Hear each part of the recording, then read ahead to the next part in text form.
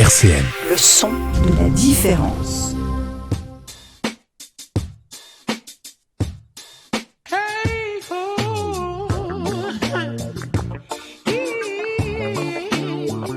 Midi 30, le micro déconfiné avec Lionel sur RCN. Bonjour à tous, chers auditeurs, chères auditrices et bienvenue dans votre émission Le Micro Déconfiné. Alors on le surnomme le prophète. Et à défaut de changer l'eau en vin, il change le flot en feu. Pendant le confinement, il a fait pas mal de bruit et dans tous les sens du terme. Et ce n'est pas sa sœur qui dira le contraire, n'est-ce pas? Premièrement, James, est-ce que ça va mieux avec tes voisins? Je vais déménager. Ah, donc, on a une exclue. Donc, un peu mieux. Je les ai pas vus. J'ai fait des installations. En fait, j'ai installé une sorte de deuxième parquet sur mon sol pour moins les énerver. Mais éventuellement, ouais, je pense que je vais déménager bientôt. Et c'est surtout à cause d'eux. Et peut-être que tu iras à Orkney. Tu vas nous en dire un peu plus. Ouais. On va s'écouter tout de suite Orkney sur RCN. James the Prophet. Midi 30, le micro déconfiné avec Lionel sur RCN. C'était Orkney de James the Prophet sur RCN 90.7. Je suis avec Sarah aussi. Excuse-moi Sarah, je t'ai pas dit bonjour. Quelle Pas de souci. impolitesse de ma part. Ça va Bonjour, bien Sarah? ça va très bien et toi? Écoute, ça ne peut qu'aller bien après ce doux morceau. Je disais un peu à James pendant le morceau que ça me fait penser un peu à des rappeurs genre Aminé, Kyle, Chance the Rapper, ce truc un peu solaire avec des accords néo-soul et des sons de trap, des caisses claires trap. Qu'est-ce que tu peux nous dire sur ce morceau-là, Orkney? Déjà, c'est une super analyse. Orkney, pour moi, c'est le morceau peut-être le plus fort en termes d'accessibilité de l'album. Je trouve vraiment bien, en fait. C'est un morceau où on se prend pas la tête, good vibes. Orkney, de base, en fait, le titre vient... ça n'a aucun rapport, mais c'est des îles en Écosse. Les arcades, les orcades, pardon, c'est ça? En français, on dit les orcades, hein? Orkney, il me semble. Ah, je sais même pas. Mais je t'apprends quelque chose. Voilà, c'est les orcades. Ouais, les îles, oui. C'est entre les îles Falkland et Exactement. les îles... Non, Féroé, je comprends toujours les deux. En gros, j'adore la géo et je regarde beaucoup de cartes et j'ai vu Orkney, je me suis dit c'est des îles bizarres et tout. Et puis à un moment dans la parole, je dis I'm too high like the Orkney Islands, ce qui n'a pas trop de sens parce que la hauteur c'est relatif, mais c'était en mode c'est très loin. Si on prend une map, on est au-dessus. Voilà. On est ouais.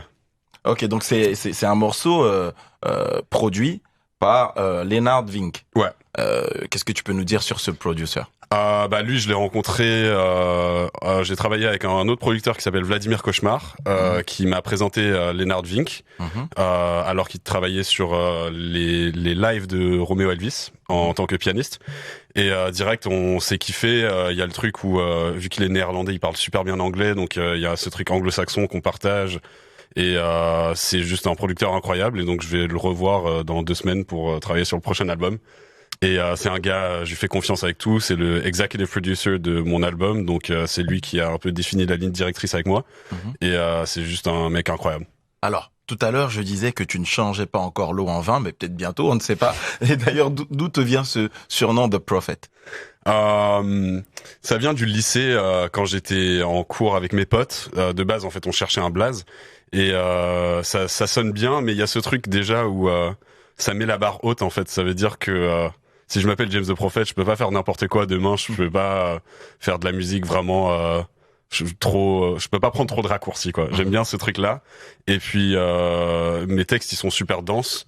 Même sur Orkney, on l'entend, quoi. Il y a ce truc où en fait j'ai tellement de choses à dire et mes potes, ils ont fait le rapprochement avec un prophète qui a un certain message à apporter. Et puis donc c'est venu de là et puis c'est resté. Alors, tu t'es fait remarquer sur Internet lors de tes premiers freestyles que tu as fait pendant le confinement. Qu'est-ce qui a changé pour toi depuis ce moment? Je sais pas trop, en vrai, vu qu'on est toujours un peu confiné, entre guillemets, j'ai pas trop eu d'impact. En fait, je me cache derrière des chiffres, quoi, et c'est beaucoup moins personnel. C'est pour ça que faire de la visite, là, d'être ici à Nancy aujourd'hui, ça rapporte ce truc humain, et je dirais que donc ça m'a apporté beaucoup de chance, beaucoup d'exposition.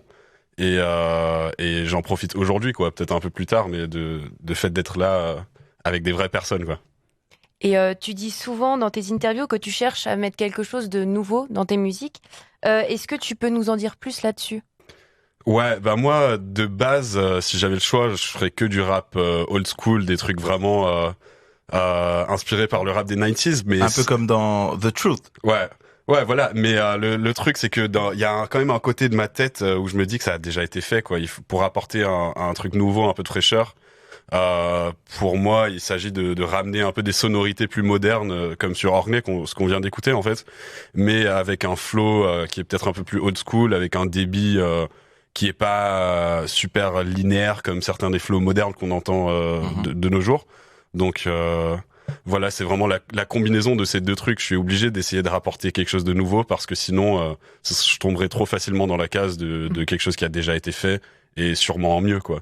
Donc pour moi, c'est ça.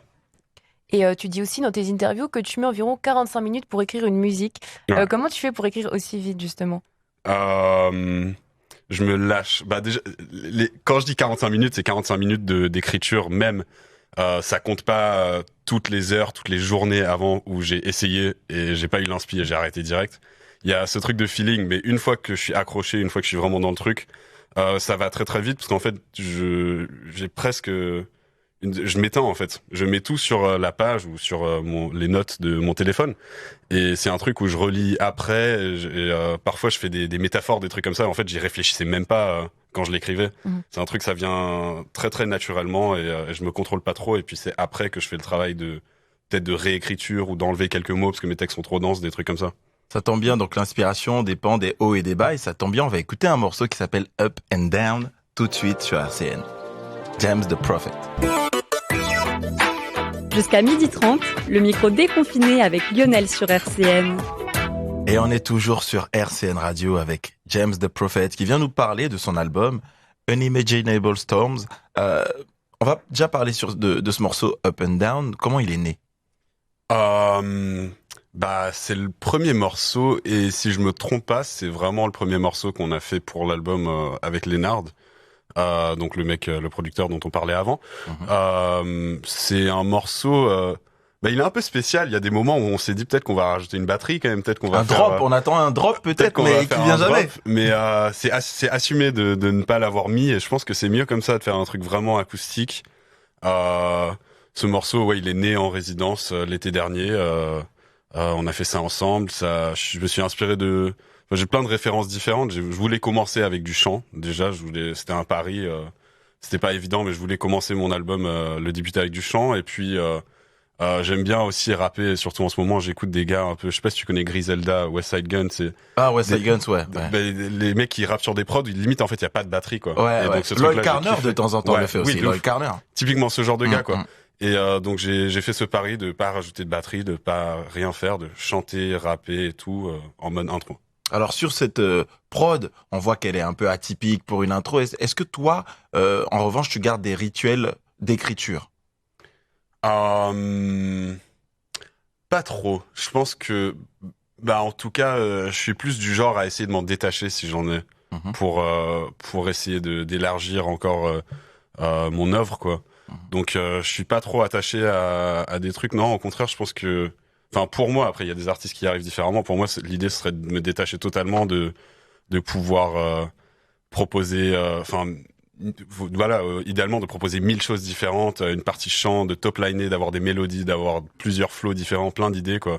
Et donc en termes d'écriture, non, c'est un peu chaque chanson a son écriture originale et a son processus unique. Tu parlais des différents flows, on te voit rapper très très vite et puis revenir sur des trucs un peu chantonnés. Quelles sont tes influences?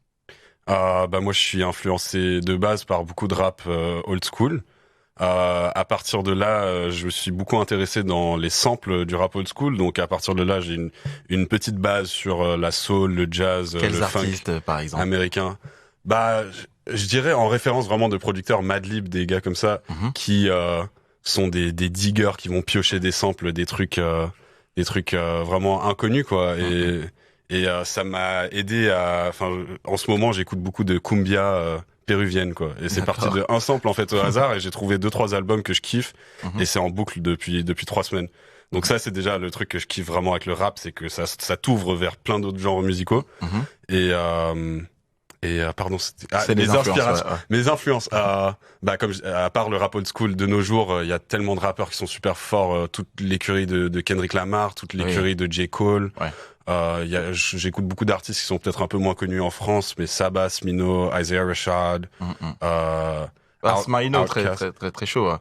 Tu connais? Très, très, bien sûr. Ça, Tokyo, tous ces artistes-là. Ça, il est dans mon top 5, obligé. Trop, trop fort, ce mec. Et bon, t'as parlé d'artistes américains. Sur ton projet, on retrouve un rappeur français et pas des moindres. Kalash Criminel, donc un poids lourd du rap français qui est sur le morceau G.O.P. Comment s'est passée la collab? Moi, du coup, comme j'expliquais, j'ai fait une semaine de résidence avec Lénard pendant l'été, donc ce son était fini avec un refrain avec 2 couplets. Et puis, je me suis rendu compte qu'en fait, je pouvais le proposer en feat à Kalash Criminel parce que j'enregistre dans son studio à Paris. D'accord. On a le même ingé son, le même producteur en commun, et donc je lui ai envoyé. Lui, il a un niveau de carrière où il s'en fout maintenant. Il dit oui ou non, mais c'est lui qui décide. Et il a kiffé, donc il a dit oui. Et il a sorti un couplet très, très incisif. Tu sais quoi, on a trop parlé. On va peut-être s'écouter tout de suite le morceau. C'est G.O.P. de James the Prophet et Kalash Criminel. Le micro déconfiné avec Lionel sur RCN. Et on est toujours sur RCN avec James the Prophet. C'était G.O.P. featuring Kalash Criminel. Est-ce que tu as des feats dont tu rêves? J'en ai beaucoup. Je dirais pour les Américains, toute la petite liste que je t'ai dite avant.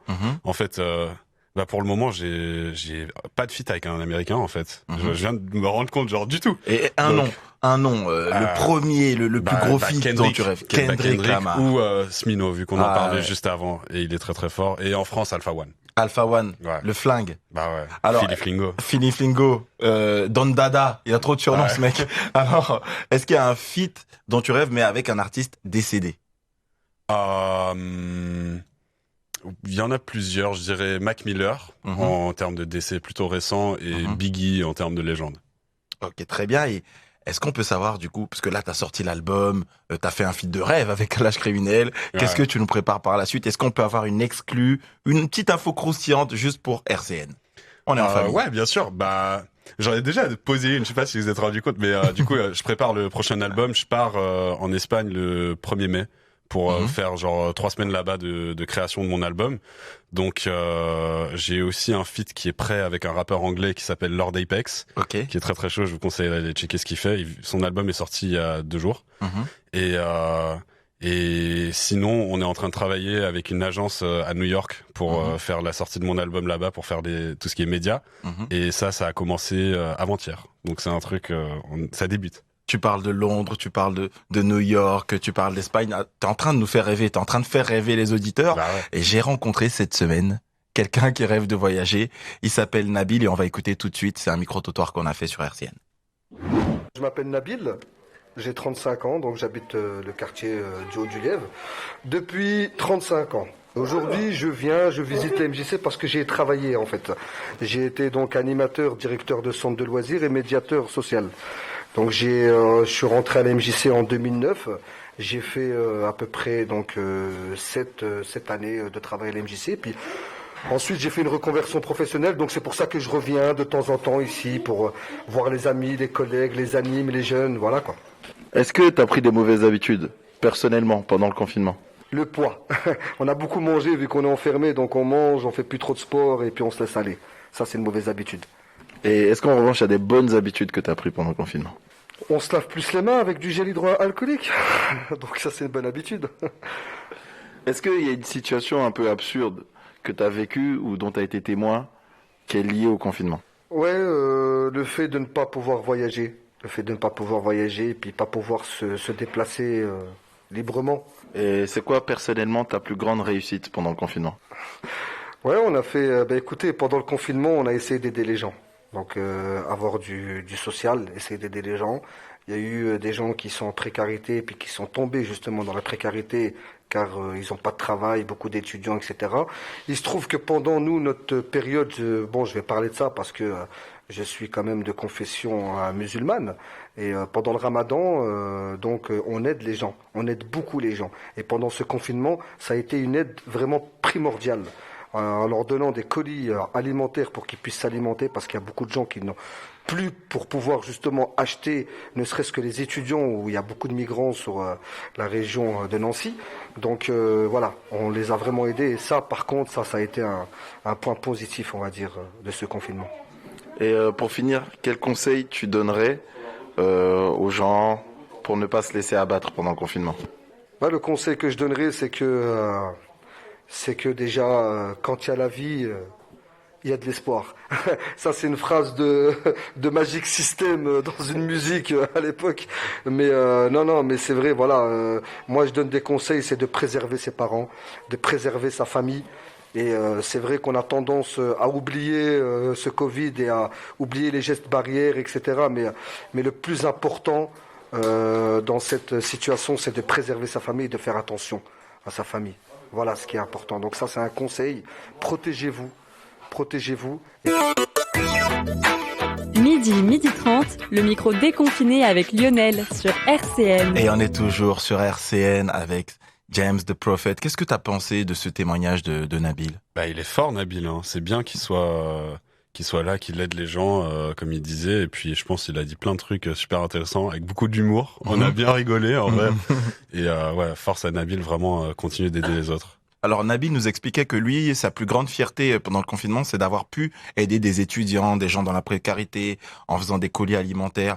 Toi, à ton niveau, quelle est ta plus grande réussite du confinement? Vu qu'on est dans cette direction-là, je pourrais parler quand même des amitiés que j'ai développées avec les SDF de mon quartier à Paris.